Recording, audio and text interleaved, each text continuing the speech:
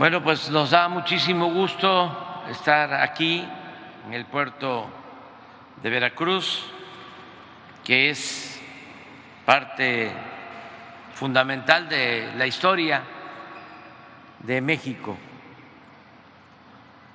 Ya terminamos la reunión de seguridad que celebramos todos los días de 6 a 7 de la mañana, de lunes a viernes.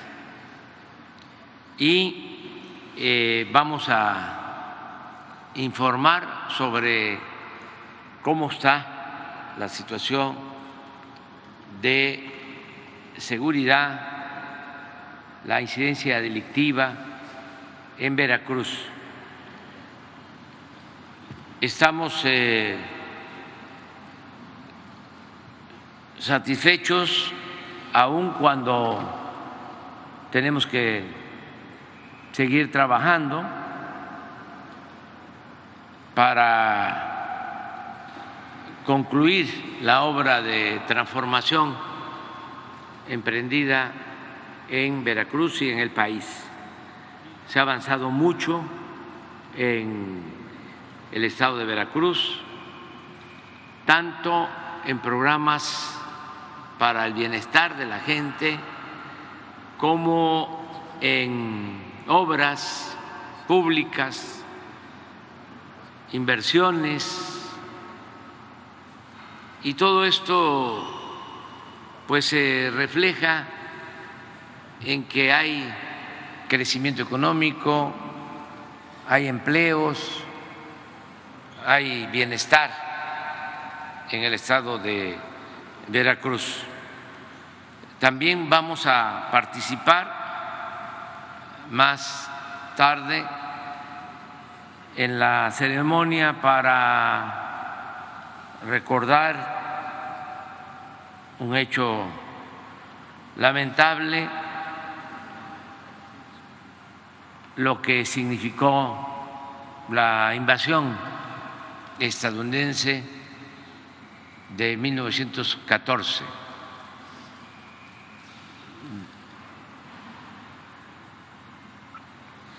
Una invasión muy lamentable, decía, que se lleva a cabo después del gran zarpazo de 1847, cuando por esa invasión nos arrebataron más de la mitad de nuestro territorio. Y esta fue la segunda, y hubieron otras que no son tan conocidas, pero es uno de los motivos por lo que se considera varias veces heroico a este puerto de Veracruz, 4 veces heroico puerto de Veracruz. Entonces, vamos a darle la palabra al gobernador Cuitlagua García. Estamos también muy contentos de estar aquí, acompañado del gobernador, y sobre todo muy satisfechos por el trabajo que está haciendo el gobernador en Veracruz. Desde luego hay cuestionamientos, hay críticas, eso es parte consustancial de la democracia, pero pues es como de la tierra al cielo la diferencia de lo que eran los gobernadores de antes aquí en Veracruz y lo que padecían mis paisanos y lo que representa el gobierno de Cuitlagua García. Hay, pero muchísima diferencia. No voy a hacer aquí el relato, que ya ustedes conocen muy bien, de cómo se padeció de gobernadores mediocres y ladrones. Y ahora no es el caso, afortunadamente. Para hablar con claridad, ¿no? Como nos gusta a los veracruzanos, a los de la cuenca del Papaloapan, a los jarochos. Entonces, vamos a darle la palabra al gobernador Cuitláhuac. Luego, el almirante Ojeda va a informar sobre la situación de seguridad en el estado y posteriormente pues ya abrimos para preguntas y respuestas. A ver,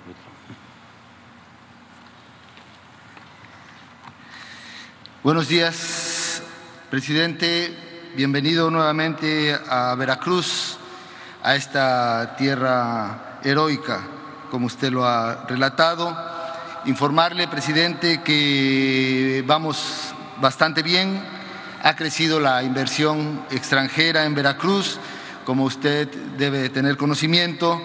Las obras de inversión extranjera que se están realizando gracias a esta promoción que desde el Istmo de Tehuantepec hasta acá, hasta el puerto y en el norte de Veracruz se ha hecho, pues han llegado al menos 3 inversiones ancla. Acá la de Constellation Brands, que está ya en marcha, en el sur de Veracruz, en la zona del Istmo de Tehuantepec, 2 inversiones grandes de empresas extranjeras también que ya estaban asentadas, pero a partir del impulso que se le ha dado a través del Istmo de Tehuantepec, deciden ampliar sus capacidades. También esto ha permitido, presidente, que vayamos mejorando en temas de seguridad, es decir, no es solamente la acción policial, sino también el hecho de que vamos mejorando económicamente en Veracruz, las personas van teniendo mayor bienestar. Comentarle que ya aquí en Veracruz se superaron desde el año pasado los más de 2 millones de beneficiarios de algún programa federal.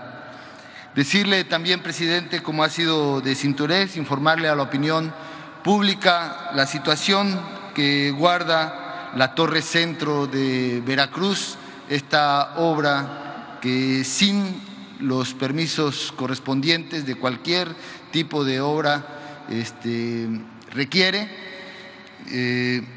han librado, por decirlo de alguna manera, algunas acciones que hemos interpuesto contra esa construcción. Hemos promovido 7 juicios en contra de esta construcción, pero lamentablemente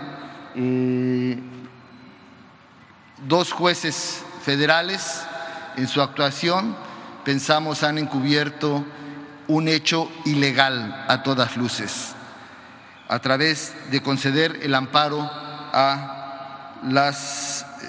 los dueños de la torre.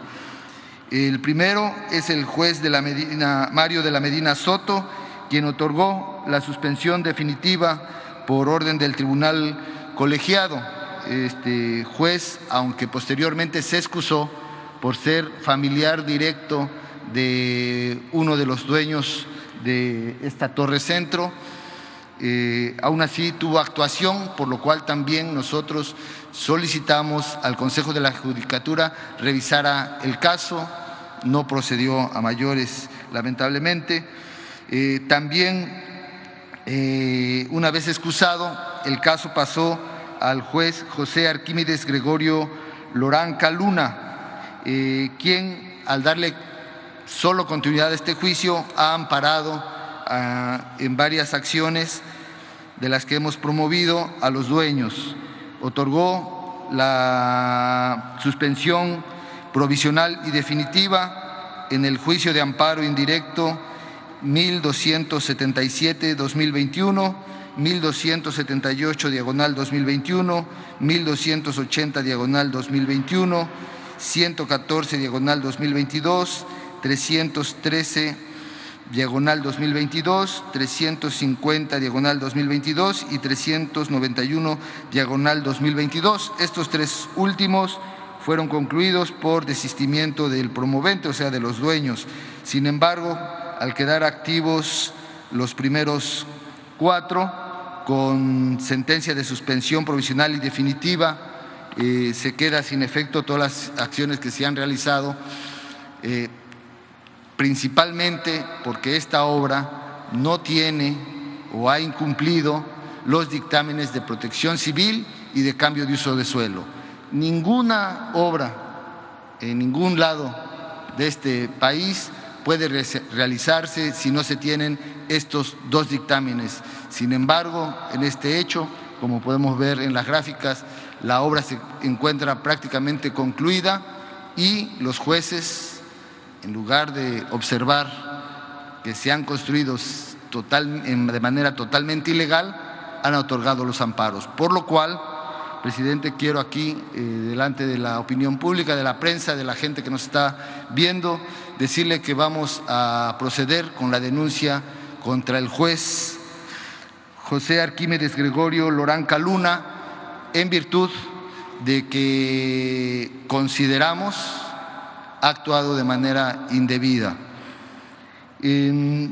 Cabe señalar que este juez, que ha otorgado la suspensión provisional y definitiva en 4 juicios contra la torre, es el mismo juez que hace unos días ordenó la liberación de los padres de Marlon N., presunto feminicida de la joven Montserrat, y que ha sido un caso debatido mediáticamente en virtud de que los padres presuntamente actuaron en complicidad de este feminicidio en protección al hijo presunto feminicida Marlon N., y no obstante las pruebas otorgadas por la Fiscalía, obligó al juez de control se repitiera la audiencia, pero le instruyó que la resolución tiene que ser la liberación, lo cual también consideramos es un exceso de parte de este mismo juez. Pero por si fuera poco, y aquí la gente local de Veracruz lo deberá recordar muy bien, es el mismo juez que liberó a uno de los llamados porquis en el caso de abuso sexual a una menor.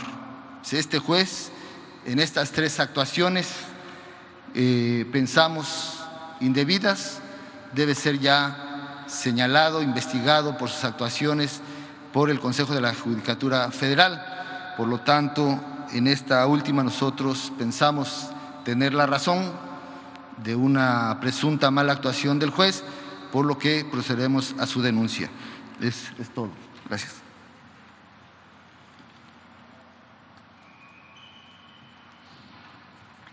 Con su permiso, señor presidente, vamos a darles el informe de seguridad aquí en el estado de Veracruz. El estado de Veracruz cuenta con 71.823 kilómetros cuadrados, 212 municipios y más de 8 millones de habitantes.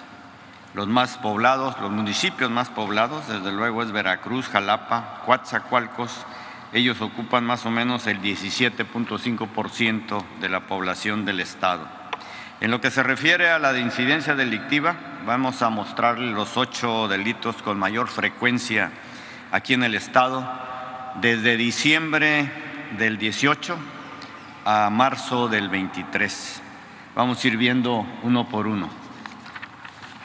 En lo que se refiere a secuestros, en el mes de marzo hubieron 3, ocupa el tercer lugar de la media nacional, es un delito que va a la baja. En lo que se refiere a feminicidio, 8 casos en el mes de marzo, también va decreciendo, ocupa el 6º lugar con respecto a la media nacional, 19 en lo que va del año. Extorsiones, 82 casos en marzo, es uno de los delitos que va creciendo, ocupa el 7º lugar, 224 casos en lo que va del año. En robo a transportistas, 11 casos en el mes de marzo, va decreciendo, ocupa el 10º lugar y son 28 casos en lo que va del año. En lo que se refiere a robo a negocio, 287 casos, va decreciendo, 997 en lo que va del año, ocupa el 12º lugar con respecto a la media nacional. En robo a transeúntes, 206 casos, es una constante, ocupa el 13º lugar, 574 casos en lo que va del año. Robo en transporte, 11 casos en marzo, 43 en lo que va del año, ocupa el 15º lugar con respecto a la media nacional. Y homicidio doloso, 64 casos, va a la baja, 18º lugar con respecto a la media nacional, 189 casos en lo que va del año.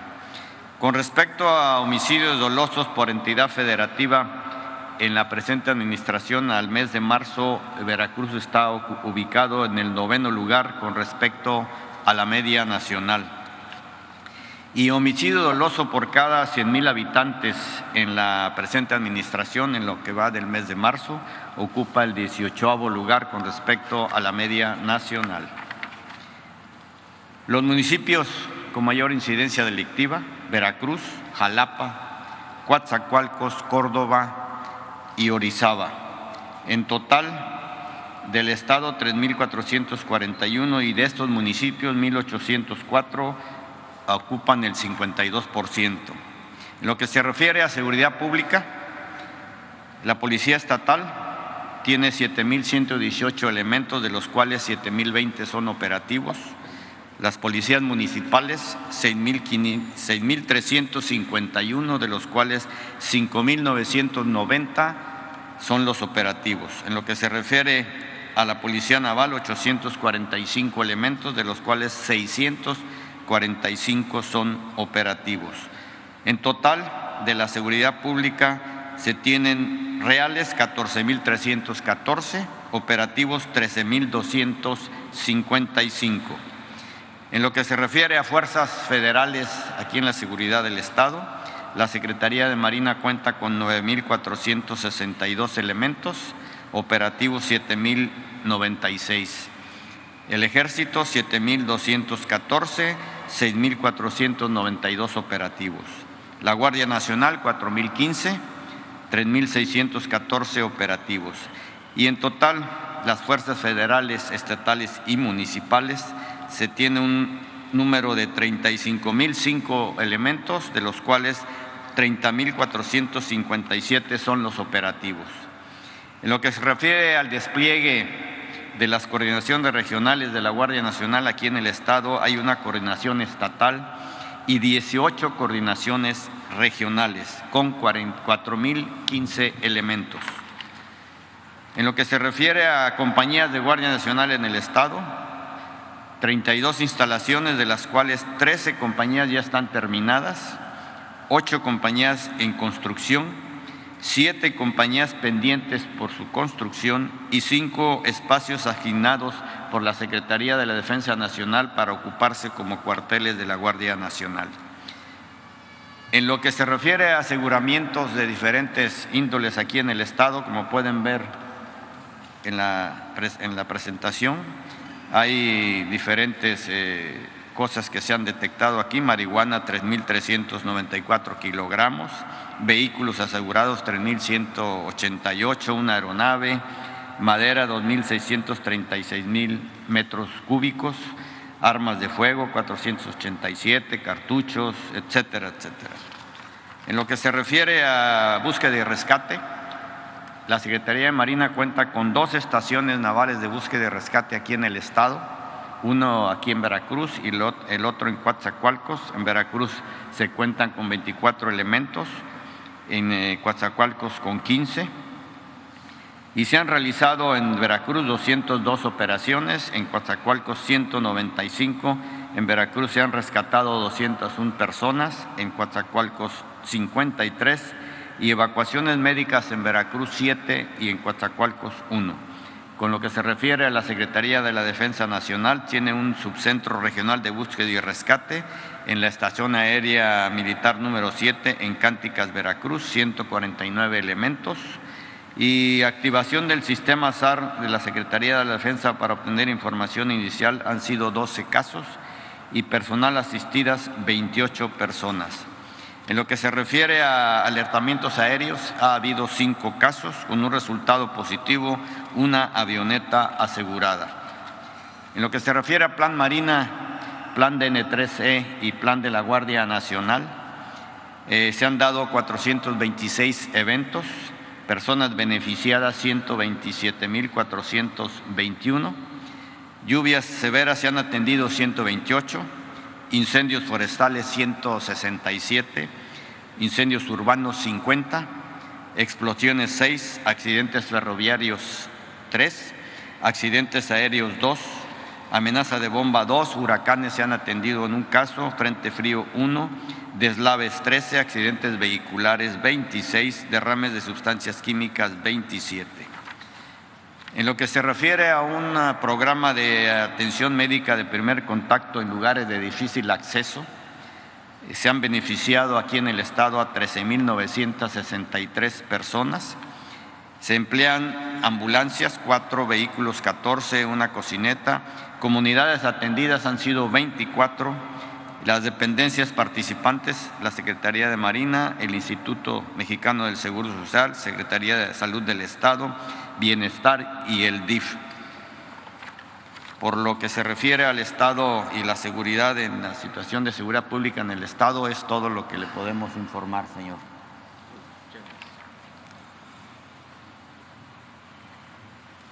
Muy bien, pues vamos a abrir los... ¿Sí? Contigo comenzamos. Y luego un compañero de los medios.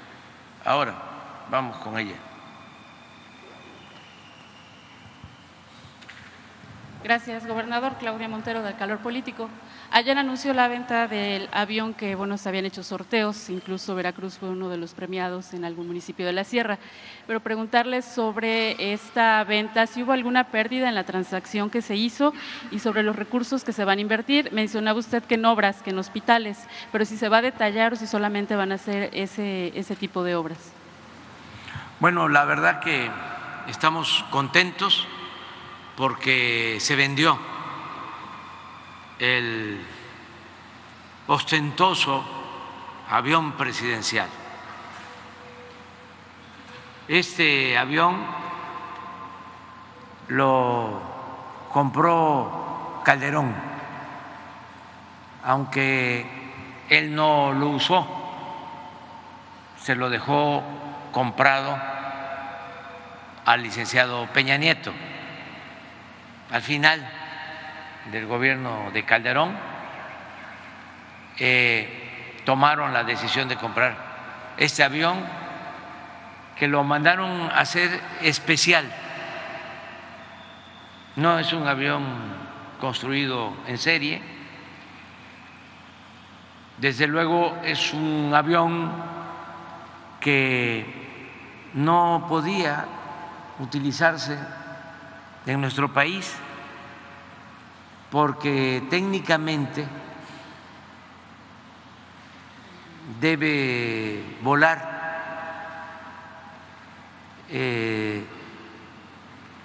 en distancias largas que lleven 5 horas en promedio. Y pues nuestro territorio en ese avión se puede recorrer en menos tiempo, ni siquiera la frontera. puede ser que de frontera a frontera, pero no. Entonces, fue un despropósito porque, por ejemplo, no se debía usar para venir a Veracruz, porque apenas está levantando y ya hay que bajarlo. Es un avión para ir a Europa en 10 horas, sin recarga de combustible. Incluso más de 10 horas sin recargar combustible. Es enorme, no hay aviones de este tamaño en las rutas nacionales. Aeroméxico no usa un avión así para sus viajes al interior del país, ni Viva Aerobús, ni ninguna línea. Costó muchísimo porque es un avión muy lujoso. Miren nada más sus interiores. En una situación normal es para 240 pasajeros, pero lo adaptaron para 80,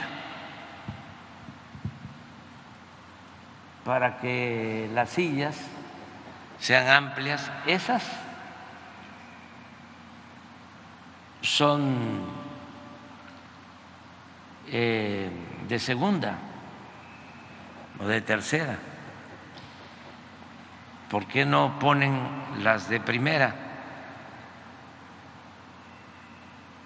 Miren, ese es un despacho. A ver,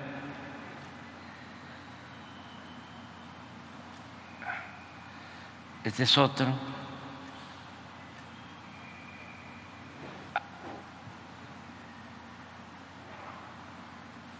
Otra. A ver si no tienes ahí la de la alcoba. Tiene un departamento adentro. Miren.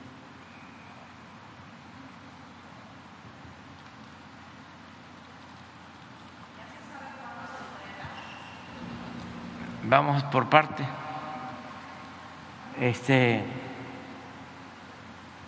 Ya no quisieran que yo hablara de esto. Una caminadora. Le preguntaba yo al comandante que si él veía normal, ¿no? Ir en un vuelo y usar una caminadora. Un despropósito. Miren los lujos para pequeños faraones, acomplejados.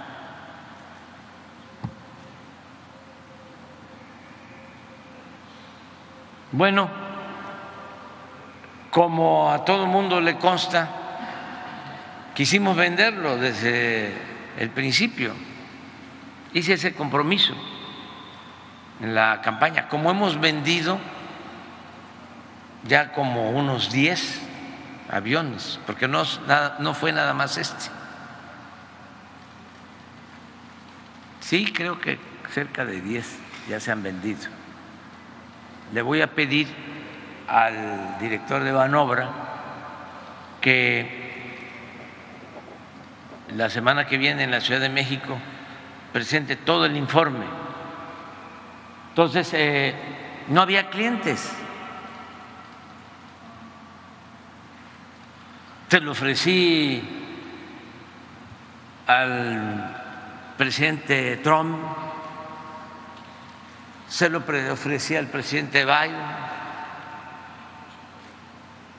se lo ofrecimos a la vicepresidenta Kamala Harris. Se reía nada más cuando le explicaba yo cómo era el avión.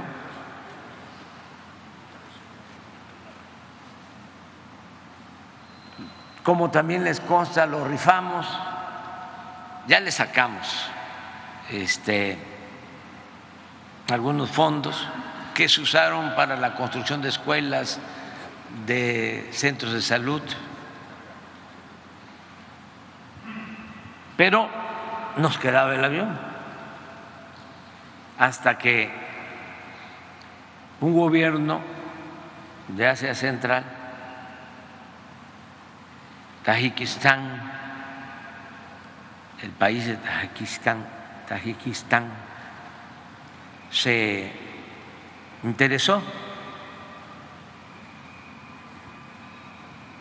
y cuidamos el acuerdo, porque pues como tenemos tantos, no tantos, pero sí algunos adversarios,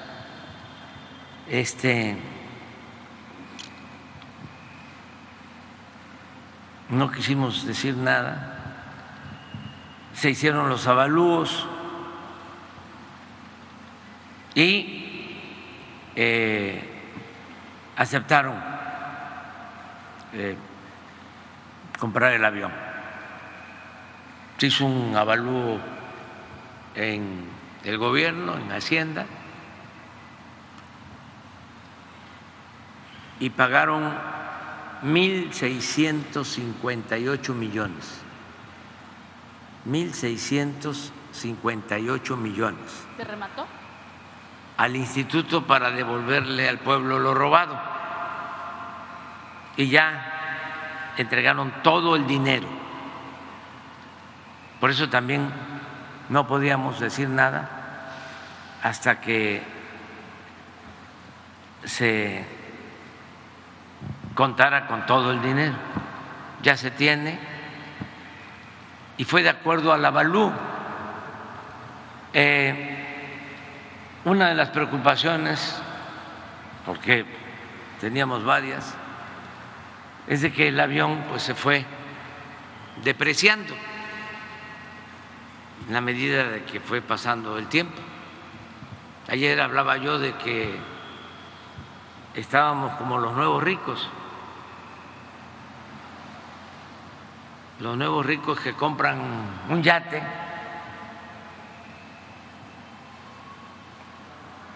o un avión así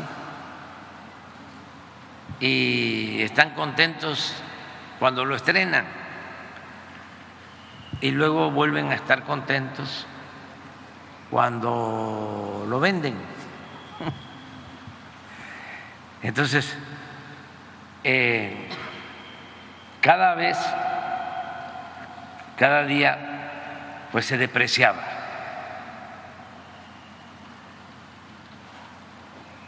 Y tuvo también una falla de origen en la fabricación, que salió desde el primer avalúo y eso le bajó el precio y fue creciendo también ese desperfecto. Pero bueno, el último avalúo que se realizó fue de 1.658 millones. Se atrevieron a ponerle el nombre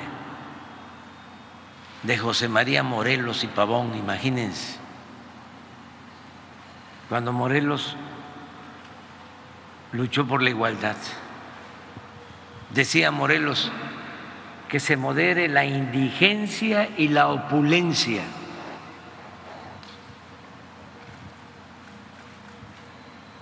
Pero ya se va a ir y el dinero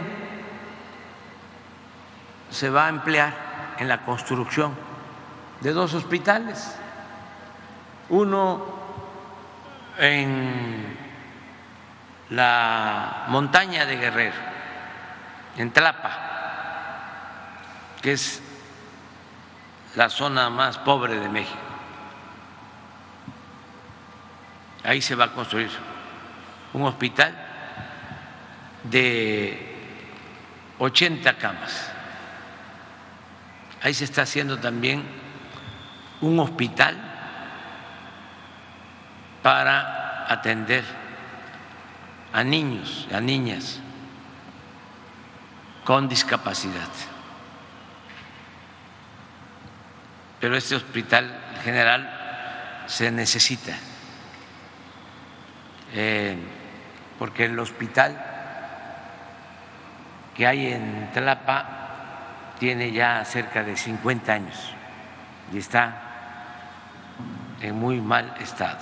Se va a hacer un hospital nuevo. Los 2 hospitales los va a construir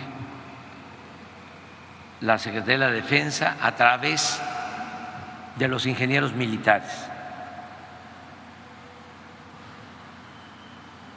En caso de Tlapa, para no tener que tirar el que está, se va a ubicar el nuevo hospital en un terreno que tiene la Secretaría de la Defensa de alrededor de 60 hectáreas,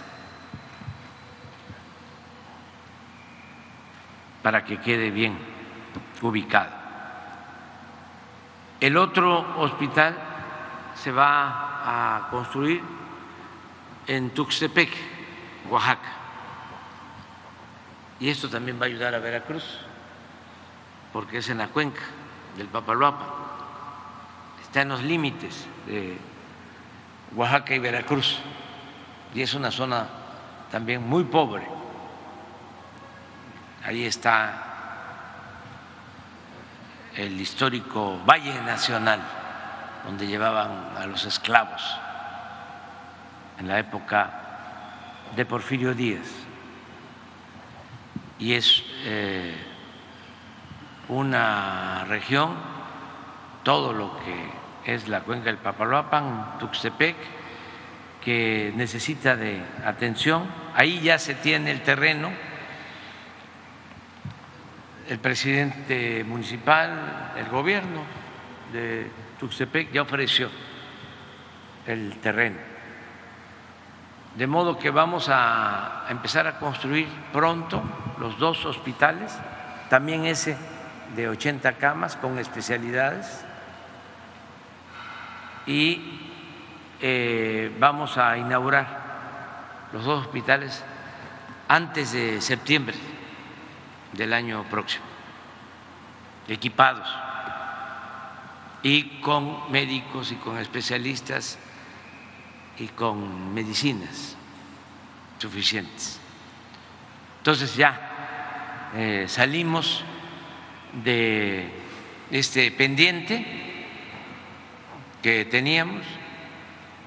Desde luego hay algunos que no les gusta, pero la mayoría de la gente está contenta, porque además es algo que no se debe repetir. Imagínense, con tanta pobreza, un avión así.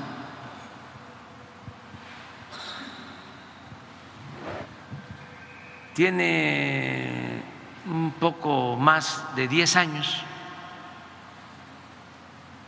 y estuve sacando cuentas sobre las horas de vuelo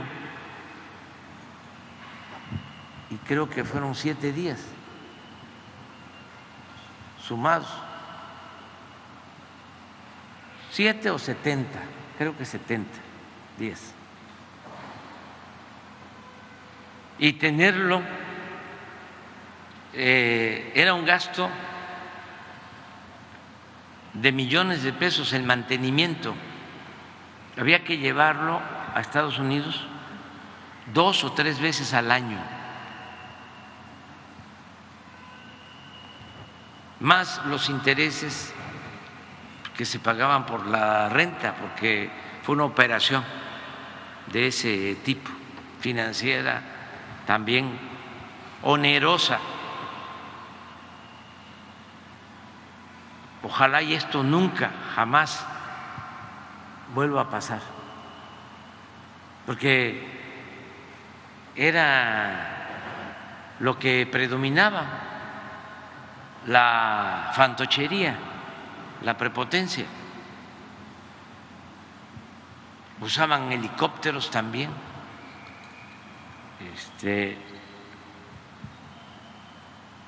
modernos. Me acuerdo que compraron 6 aviones, no como jets pequeños, en el gobierno anterior, y 6 helicópteros. Y usaban los helicópteros hasta para ir a jugar golf.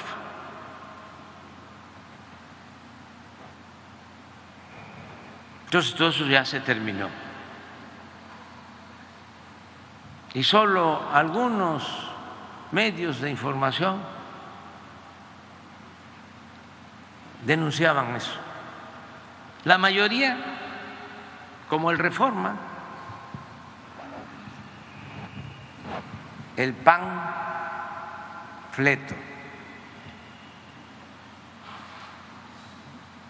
el boletín del conservadurismo, el Reforma, silencio.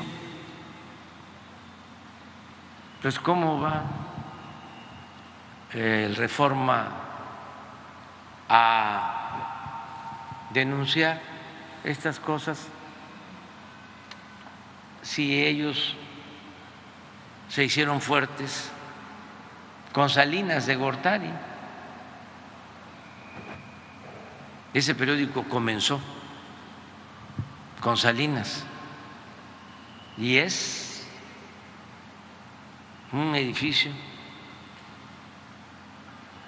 grandote, que no grandioso, pero sí versallesco, construido en la época de Salinas. Entonces ellos no decían nada. Ahora todo en contra. Pero las cosas ya están cambiando. Entonces, es la información. Vamos a seguir detallando los informes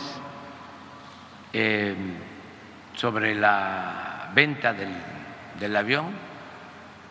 Creo que a mediados de la semana que viene, porque hay muchas cosas que tienen que informarse, que la gente sepa de cómo se vendió este avión. Y en otro tema, presidente, me gustaría saber su opinión con respecto a lo que mencionó ya el gobernador del estado, la Torre Centro, una petición que hizo usted hace más de un año. Sin embargo, pues ya comentó el tema de los jueces. La torre terminó de construirse, se generó un accidente y continúa. ¿Qué se puede hacer o qué medida pudieran tomar desde el gobierno federal? Pues yo creo que está muy bien lo que está planteando el gobernador, nosotros lo apoyamos. Nada más que no debe de presentarse la denuncia al Consejo de la Judicatura, porque ahí no hacen nada. Sí, tiene que ser a la Fiscalía Anticorrupción, sí, la Fiscalía Federal, porque es evidente que hay corrupción. O sea, ¿cómo van a permitir que se haga una torre así sin permiso? Es influyentismo, es corrupción. Y no se hizo en las afueras de Veracruz. Es una agresión, una intromisión alevosa a lo que es el centro histórico de Veracruz. Estamos hablando de uno de los lugares históricos más importantes de México, y atreverse por el influyentismo, por la conservación, afectar la imagen del centro histórico de Veracruz, del malecón de Veracruz, pues se necesita ser muy cara dura o mucha prepotencia o pensar que se tienen muchas agarraderas. ¿Qué les costaba rebanar unos pisos? No, están demostrando que son muy poderosos. Ese es el problema que tiene el Poder Judicial, porque no es nada más, lamentablemente, este caso. Son varios jueces, magistrados, ministros. Ahora estamos viendo, hoy analizamos lo del castigo a los que roban combustible, a los que se dedican al huachicol. Me acuerdo que cuando iniciamos el combate al huachicol, se envió una iniciativa para que se considerara como delito grave y que el que cometía estos ilícitos no saliera bajo fianza. Pues resulta que los jueces liberan a todos.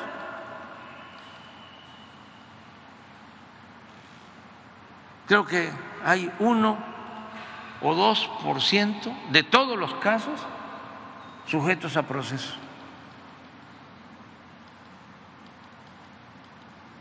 Por la corrupción en el Poder Judicial. Entonces, hay que seguir luchando y denunciando, y está muy bien la decisión del gobernador y nosotros vamos a apoyarlo, porque sí es, mire, este es el faro. Aquí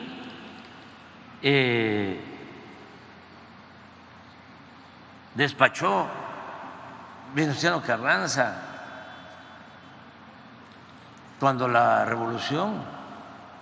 Aquí se expidió la ley agraria del 6 de enero de 1915. Es un edificio emblemático, y atrás el adefesio ese.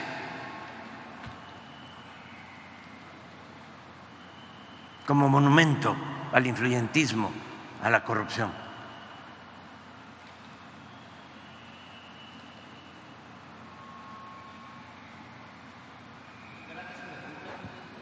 Hay que procurar que lo mochen. Si estos conservadores se atrevieron a mochar el águila, no se va a poder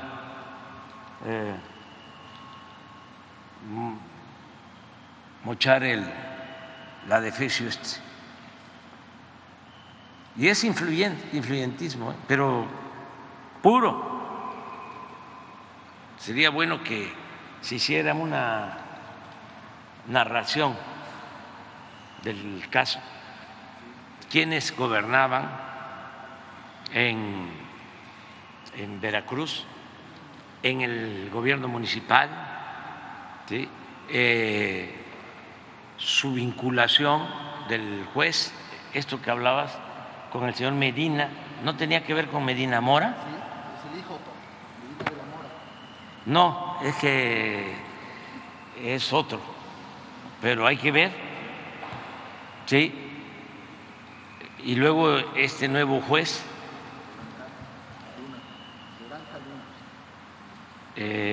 con los otros casos en donde ha dejado en libertad a presuntos delincuentes. Es importante el tema, pero en fin, de México. ¿Tú eres Veracruz? ¿De Veracruz? De la República de Veracruz también. Correcto. Muchas gracias. Muy buenos días, señor presidente de la República, Andrés Manuel López Obrador. Muy buenos días, señor gobernador Cuitláhuac García Jiménez. Ricardo Ramírez Juárez, del portal en privado veracruz.com.mx. Vengo a esta conferencia de prensa mañanera no a preguntar ni a cuestionar su gobierno, ni el del señor gobernador, sino para agradecer por todas las políticas públicas que usted ha instrumentado en beneficio de los sectores empobrecidos del país, incluyendo Veracruz. Es lamentable leer a los compañeros periodistas, especialmente a los que escriben en el Notiver, del que todos dicen es propiedad del exgobernador del PAN, Miguel Ángel Yunes Linares, quienes se lanzan con todas sus fuerzas todos los días, buscando con sus ofensas y difamaciones desprestigiar o disminuir la popularidad de su gobierno, inspirados en la frase de que cuando la calumnia no mancha, tizna, y también contra el gobernador Cuitláhuac. Sin embargo, aunque no lo quieran aceptar y menos difundir, la dispersión millonaria de recursos federales tan solo en Veracruz alcanza un total de 2.820.683 personas beneficiadas con un monto de 67.170.726.407 pesos del ejercicio 2022. Beneficiarios y montos de los programas sociales que incluyen adultos mayores, estudiantes de preparatoria, niños con discapacidad, jóvenes construyendo el futuro y campesinos del programa Sembrando Vida, entre otros.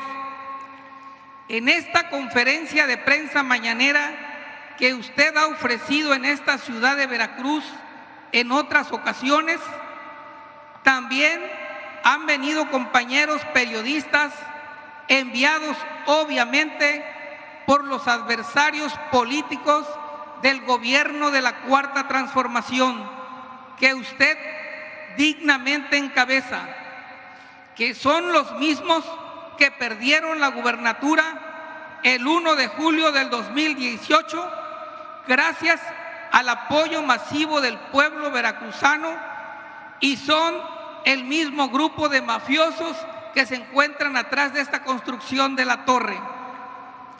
Estos mismos compañeros han venido a querer tratar de cuestionar el trabajo del gobernador Cuitláhuac, y como esto nadie lo quiere reconocer públicamente, menos el Notiver, se tiene que decir en esta conferencia de prensa y ante usted, señor presidente, que hoy Veracruz goza de cabal salud financiera, donde se practica su ejemplo a nivel nacional de luchar contra la corrupción, de eliminar los lujos y los derroches, de la disminución notable de los salarios y de la contención del gasto público.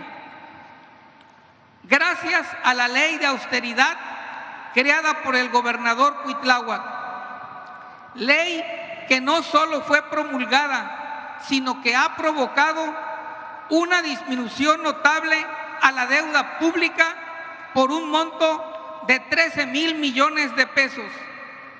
Disciplina financiera aplicada desde la Subsecretaría de Finanzas y Administración de la CEFIPLAN a cargo de Eleazar Guerrero Pérez.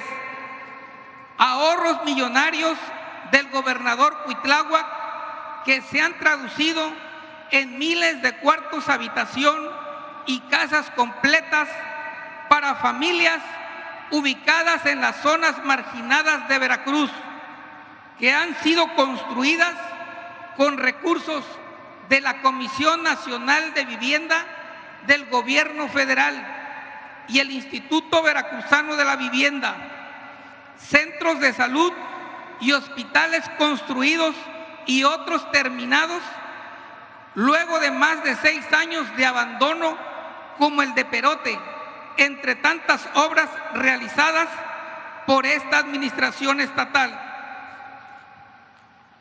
También se le tiene que agradecer, señor presidente de la República, en esta conferencia de prensa mañanera, el haber instruido la eliminación de la caseta de Fortín de las Flores, que fue un reclamo ciudadano que llevó ante usted el gobernador Cuitláhuac y los senadores Gloria Sánchez Hernández y Ernesto Pérez Astorga, aunque ahora esta exitosa gestión se la quiere adjudicar el diputado federal plurinominal de Morena, Sergio Gutiérrez Luna, quien anda igual que el senador del PAN, Yulen Rementería del Puerto, buscando ser candidato a gobernador en el 2024, a pesar de su notable desarraigo, utilizando, como usted lo dijo en su conferencia mañanera del pasado miércoles, con cualquier disparate.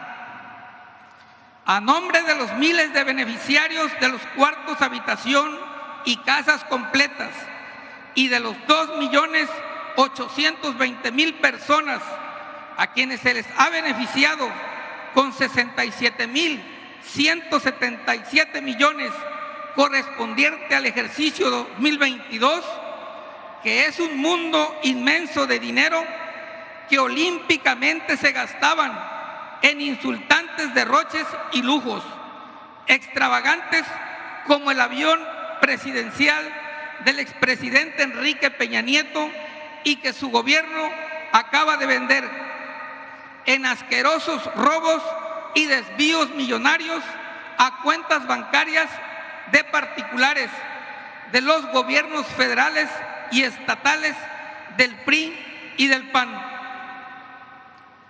Por otro lado, señor presidente de la República, Andrés Manuel López Obrador, a nombre de miles de estudiantes de preparatoria de Papantla y de la Sierra del Totonacapan, solicito a usted respetuosamente su apoyo para convertir el Centro de Innovación del Instituto Politécnico Nacional, ya en funciones, se convierta en un campus Papantla del Instituto Politécnico Nacional con todas las carreras presenciales existentes. Hay varios edificios construidos, hay 25 hectáreas, hay una carretera de concreto hidráulico y un moderno puente nuevo para acceder. Solo falta que usted instruya lo correspondiente al director general de esta prestigiosa institución educativa para que Papantla, la tierra del Papán sagrado, la tierra de los espectaculares voladores, la tierra que perfuma al mundo con su vainilla y con su gastronomía, la tierra dueña de una cultura milenaria cuya herencia de las ruinas del Tajín son el orgullo de Veracruz y de México, para que este municipio cuente con esta importante institución educativa. Gracias, señor presidente Andrés Manuel López Obrador, deseando que a usted y al señor gobernador de Veracruz Dios les conceda larga vida para seguir llevando a cabo esta cuarta transformación que estamos viviendo en todo el país, gracias a usted. Muchas gracias, señor. Muy bien, muy bien. Vamos a ver lo de el Politécnico con el gobernador para Papantla. Y agradecemos por tus palabras de apoyo y de confianza. Me extraña mucho lo de Notiver, porque antes era pues independiente, y además a mí me gustaba mucho porque, no sé ahora, tenían sentido del humor, me hacían reír con sus fotografías y sus encabezados, muy a lo jarocho. Además, en una ocasión, cuando caminé de Tabasco a México, en el éxodo por la democracia, hace más de 30 años, cuando empezamos a luchar, que no querían reconocernos el triunfo en Cárdenas, Tabasco, y tuvimos que caminar para evadir el acoso, para no caer en la provocación, en la violencia. Y caminamos 50 días, el éxodo por la democracia, 1990, 1991, y me acuerdo que hicimos un tramo y llegamos aquí a Veracruz y estaba lloviendo mucho, como llueve aquí, aguacero fuertísimo, y estaba el dueño de Notiver, que tenían sus oficinas por aquí, y pasamos y él observó, porque luego lo relató, observó cómo mojándonos con convicción llegamos aquí al puerto, y luego pues cuando venía siempre sacaban información. Si se echó a perder, a lo mejor es porque se vinculó a Yunes, y ahí estuvo el problema. Y ese el problema, pero recuerdo bien a Notiver, y desde luego aquí en Veracruz está el decano del periodismo, el periódico de más antigüedad, El Dictamen, que es un periódico histórico, y últimamente también está un nuevo periódico que es de los dueños del periódico del Istmo, Imagen, también buen periódico, y el periódico del Istmo, de lo mejor de Veracruz y de lo mejor de México como periódico, desde hace muchos años. Y luego las radios, pues aquí también hay otra radio con mucha antigüedad, la XEU, desde hace muchísimo tiempo, aunque también hay de todo en la familia. ¿Cómo se llama? Luis Paso, sí, es muy conservador. Pero Baltasar, no, y Fernando, que lo conocí su otro hermano, que tienen también estaciones de radio, sus hijos ya heredaron en Villahermosa y en Tabasco. Era otra cosa, Fernando. Baltasar también, y ya de plano el más letrado, más conservador, Luis Pasos, y por ahí hay otro Luis Pasos, yo creo que es el hijo o el sobrino, que es ultra conservador, de los que no quieren al pueblo y se creen de la moronga azul. Pero eso es Veracruz, y solo Veracruz es bello. A ver, ya van dos de Veracruz. Luego vas tú y ustedes dos. Presidente, gracias. Preguntarle si nos pudiera hablar de cómo se va a dar el traspaso de la Guardia Nacional a la Secretaría de Seguridad. No sé si el secretario de la Defensa o la Secretaria de Seguridad hablarnos de este plazo que se ha dado para que sea en enero del próximo año. Pues yo se los contesto. La Corte actuó mal. 8 ministros resolvieron con criterio político, no con criterio jurídico, y no les importó el daño que pueden ocasionar al impedir que la Guardia Nacional dependa de la Secretaría de la Defensa,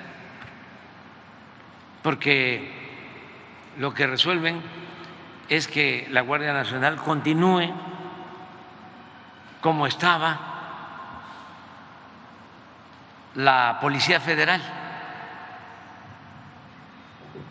de los tiempos de Calderón y de García Luna, esa corporación que se corrompió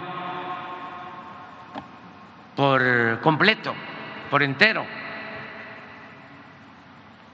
porque se creó esa Policía Federal sin disciplina, sin profesionalismo, sin mística, sin honestidad, y empezó a ser manejada por jóvenes en ese entonces ambiciosos, sin principios, sin ideales, y miren en lo que terminó.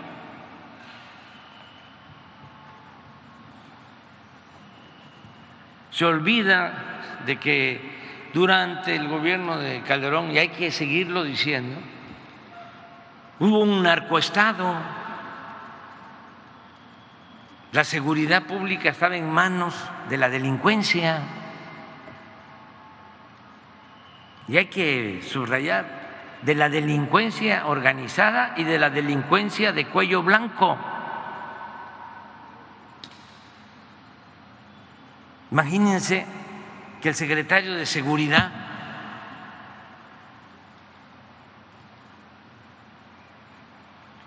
está siendo juzgado en Estados Unidos por narcotráfico, por asociación delictuosa, y no tomaron en cuenta eso los ministros, esgrimiendo de que la ley es la ley, puro choro mareador. cuando lo que buscan es que no se consolide la Guardia Nacional.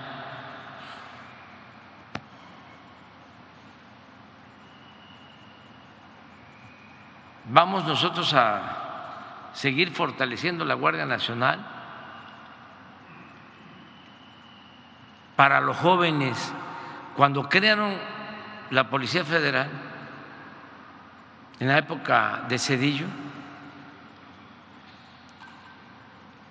empezaron a incorporar a estos jóvenes ambiciosos en los cargos de dirección.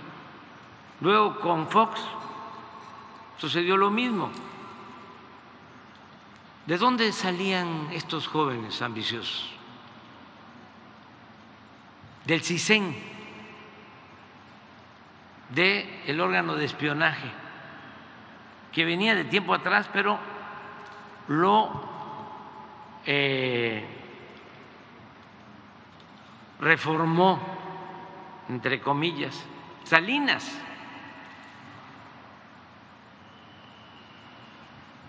Y de ahí salieron cosas de lo más oscuras de ese grupo del CISEN, que llevaban a cabo operaciones violatorias a los derechos humanos y espionaje. Entonces ahí se fueron formando todos ellos, de ahí salió García Luna y luego Fox le creó un organismo supuestamente para enfrentar a la delincuencia organizada. ¿Cómo se llama ese organismo? La AFI, Agencia Federal de Investigación, como la CIA mexicana. Y luego lo nombra secretario de Seguridad Calderón, cuando se declara la guerra. Pero no olvidemos que hubieron muchísimos muertos, desaparecidos en ese entonces, y ahora se sabe de que García Luna estaba al servicio de la delincuencia.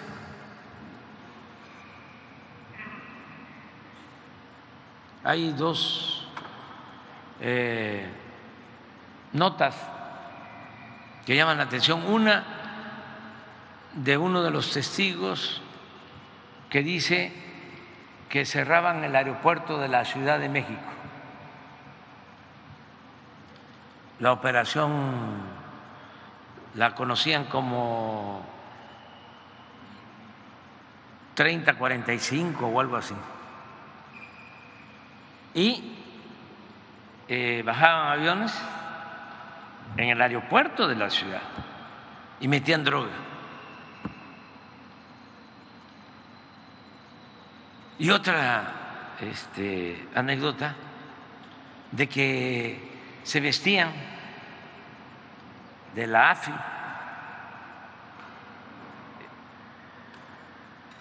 o de la Policía Federal con uniformes, los delincuentes, para combatir a otros.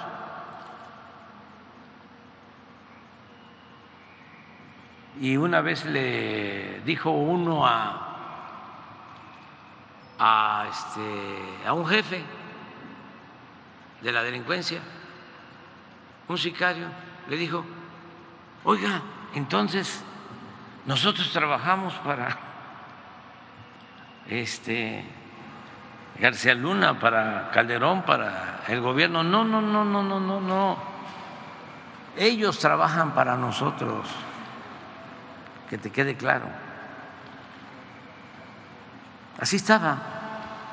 Entonces, eso es lo que aprobaron ahora los ministros. Y claro que nosotros no vamos a permitir que la Guardia Nacional caiga en el desorden, en la indisciplina, mucho menos en la corrupción, y que se destruya como sucedió con la Policía Federal, que se pudrió. Entonces, ¿qué vamos a hacer? Vamos a continuar fortaleciendo la Guardia Nacional. Ya son 130,000 elementos. ¿Cuándo? A ver, ¿por qué no pones de favor el plano de Veracruz?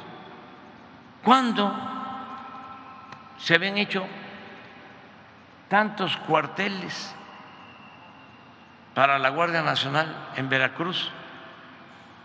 ¿Cuántos se hicieron en los 3 gobiernos en que estuvo la Policía Federal? ¿Cuántos cuarteles para la Policía Federal hicieron en el gobierno de Zedillo, en el gobierno de Fox, en el gobierno de Calderón? ¿Dónde están los cuarteles que hicieron para la Policía Federal? Y miren cuántos hemos hecho en todo Veracruz.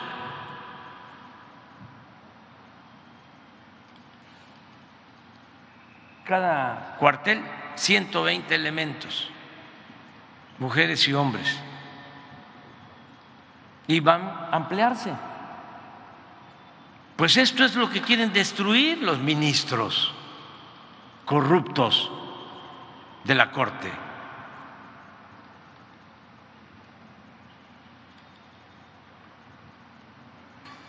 No lo vamos a permitir. Además, declaran inconstitucional la ley para que sea la defensa la que tenga el control de la Guardia Nacional. ¿Por qué la defensa? ¿Por qué la Secretaría de Marina? Porque tienen escuelas. O sea, porque usted apuesta a una formación militar, porque ahora también las cosas en la Secretaría de Seguridad no son las mismas. Está Rosa No, pero Isela esto Rodríguez. es civil. O sea, es una rama civil. Vamos, mi pregunta es, ¿por qué ahora que las cosas han cambiado ya no es Genaro García Luna, es la secretaria Rosa Isela? Usted mismo ha dicho, pues es otra cosa, definitivamente, ¿no? Sí, pero no es que me preocupe ahora. Me preocupa, claro, quién manejó esto antes, García Luna. ¿Quién otro? Chong. ¿Saben qué hacían en Gobernación, en el gobierno pasado, para el manejo de la seguridad pública? Les aprobaban un presupuesto de 1,000 millones. Hagan la investigación de cuánto aprobaban de presupuesto para seguridad pública a la Secretaría de Gobernación y cuánto terminaban gastando. El doble, el triple, sin comprobación. Yo no quiero eso. Ahora, ¿quién va a decidir? El pueblo. ¿Ustedes creen que nosotros que hemos luchado tanto por la justicia, nos vamos a dar por vencidos a la primera? Si estamos acostumbrados a luchar, cuando se lucha por una causa justa, puede uno tropezarse y caerse y se tiene uno que levantar y seguir caminando y seguir luchando hasta llegar al propósito que se tiene. ¿Quién nos dejó ese ejemplo? Entre otros, Juárez, que estuvo aquí también proclamando las leyes de reforma, que no enfrentó a los conservadores y luego a los que nos invadieron, a los que fueron a buscar los conservadores para que gobernaran México, convertirnos en una colonia, que trajeron a Maximiliano, los mismos conservadores. La historia es la maestra de la vida. Entonces, ¿qué nos enseñó Juárez? De que hay que perseverar por los principios, no hay que perder nunca la fe en las causas justas, mantener inalterables los principios. Entonces, ¿qué vamos a hacer? ¿Qué es tu pregunta? Pues va a continuar la Guardia Nacional.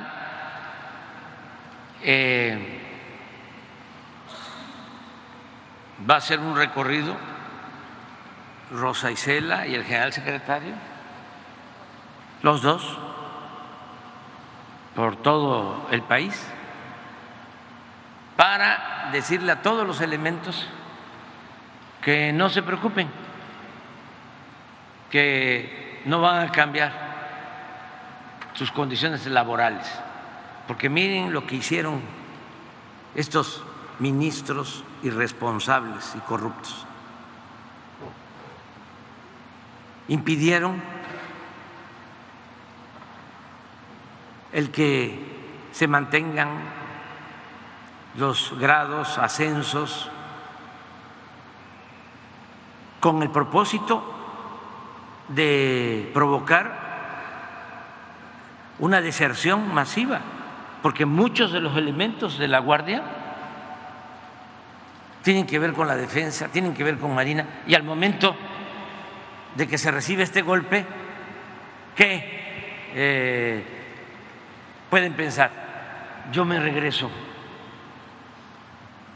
a la defensa, me regreso a Marina, y todo lo que hemos construido se derrumba. Entonces van a hacer estas visitas para garantizarle a todos los elementos de la Guardia que continúan las mismas condiciones laborales. Además, aprovecho para comentar que nos importa tanto la seguridad pública, que es nuestro propósito fundamental, garantizar la paz, la tranquilidad, la seguridad pública. Los mexicanos, más que nada, de que se dio la instrucción de que los elementos de la Guardia ganaran más incluso que los integrantes de Marina y de Defensa.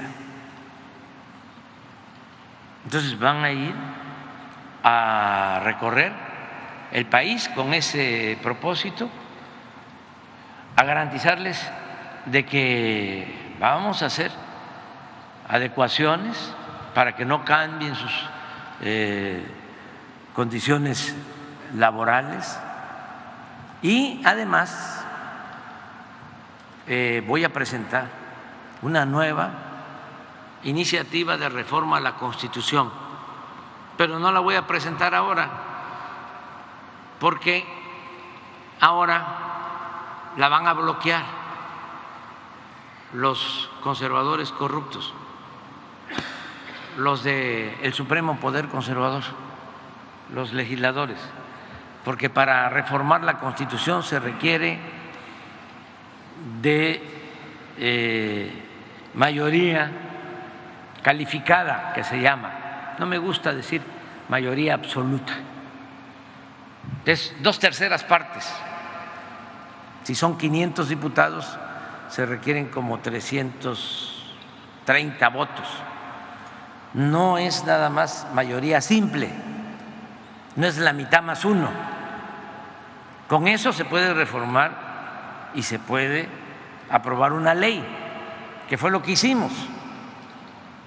Pero si no hay reforma constitucional, van, como fueron los conservadores, a la Suprema Corte y presentan un recurso que se llama de inconstitucionalidad. Entonces, los ministros resuelven si es constitucional o no, y entonces lo que hicieron fue resolver de que era inconstitucional la ley. Entonces, ¿qué es lo que vamos a hacer? Vamos a que en la próxima elección la gente ya tenga más elementos para que vaya internalizando que no solo se debe de votar por quien representa la transformación de México, sino también por los legisladores, porque si la presidenta, el presidente busca la transformación, busca la honestidad, busca acabar con la corrupción, busca acabar con el clasismo, con el racismo, busca que haya una auténtica democracia, que el pueblo sea el que mande, pero si en el Congreso son conservadores, como un diputado, senador de aquí de Veracruz, que fue a España a buscar a un grupo de políticos españoles, de esos que le aplauden al rey. ¿Cómo se llama el grupo de allá? Vox. Vox. Sí. ¿Cómo se llama? Rementería. De aquí, ¿no? Sí. Bueno, pues entonces, si se vota por esa gente, por esos partidos, pues entonces no se avanza. Entonces voy a mandar la iniciativa de reforma constitucional el 1 de septiembre del año próximo, del 24, cuando se integre la nueva legislatura, el nuevo Congreso, porque yo espero que en junio, que van a ser las elecciones del año próximo, la gente defienda la transformación de México. ¿Qué sí va a pasar en estos 8 meses como resultado de esta resolución de la Queda Corte? igual. ¿Va a haber nuevos nombramientos de civiles en la Guardia Nacional? No, es que queda igual, es que ¿Qué va a cambiar con la resolución de la hasta Corte? se arrepintieron ayer, porque estaban muy prepotentes, ¿no? Pero la gente está en contra de ellos, porque ya no es el tiempo de antes. Pero ¿cómo se acata, digamos, la resolución? No se puede acatar porque entra en vigor hasta enero del año próximo. O sea, en teoría sería un proceso. Se arrepintieron. O sea, en vez de que ordenaran que entrara en vigor de inmediato, empezaron ahí hasta mandándonos a decir que por qué no se negociaba para que entrara en vigor después. No, les dije al secretario de Gobernación y a la secretaria de Seguridad Pública, no, ¿sí? Nada de negociación. Eso tiene que ver con la dignidad. ¿Sí? Nosotros no hacemos acuerdos en oscurito. ¿Quién mandó ese mensaje? La presidenta y otros ministros. ¿Que entrara en vigor después de enero? Sí, que querían, les dije, ni les contesten el teléfono, ni les contesten el teléfono. Entonces, Porque ayer tenía un desayuno la secretaria de Seguridad Pública con la presidenta de la Corte. Entonces, cuando me enteré… ¿Ahí se lo dijo? Sí, y les dije, no quiero ningún enjuague, ya no es el tiempo de antes, porque quiero enviar la iniciativa de reforma a la Constitución, porque quiero que sea el pueblo el que decida. No puede ser que una élite corrupta sea la que decida un asunto tan delicado como es la seguridad de la gente. Ya se acabó la política cupular. Ahora el pueblo manda. Y nosotros estamos aquí para mandar obedeciendo al pueblo. Siempre. Entonces, no hay negociaciones como las que se acostumbraban antes. Es decir, el desayuno sí se llevó a cabo, sí, y ahí le dio ese mensaje. Sí, ahí empezaron y me fueron a consultar el secretario de Gobernación y la secretaria de Seguridad. Y todavía voy a decir otra cosa, porque esto antes se callaba. Le dijo la presidenta de la Suprema Corte a la secretaria: oye, pero ¿cómo te quejas si tú vas a manejar la Guardia Nacional? Politiquería ramplona, abriéndole, ¿no?, el apetito.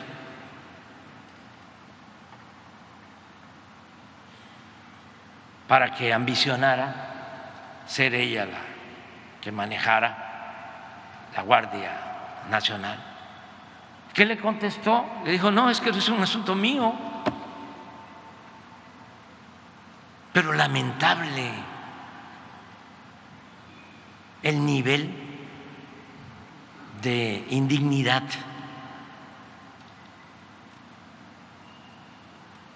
Cuando deberían de estar dando ejemplos de rectitud, de moralidad.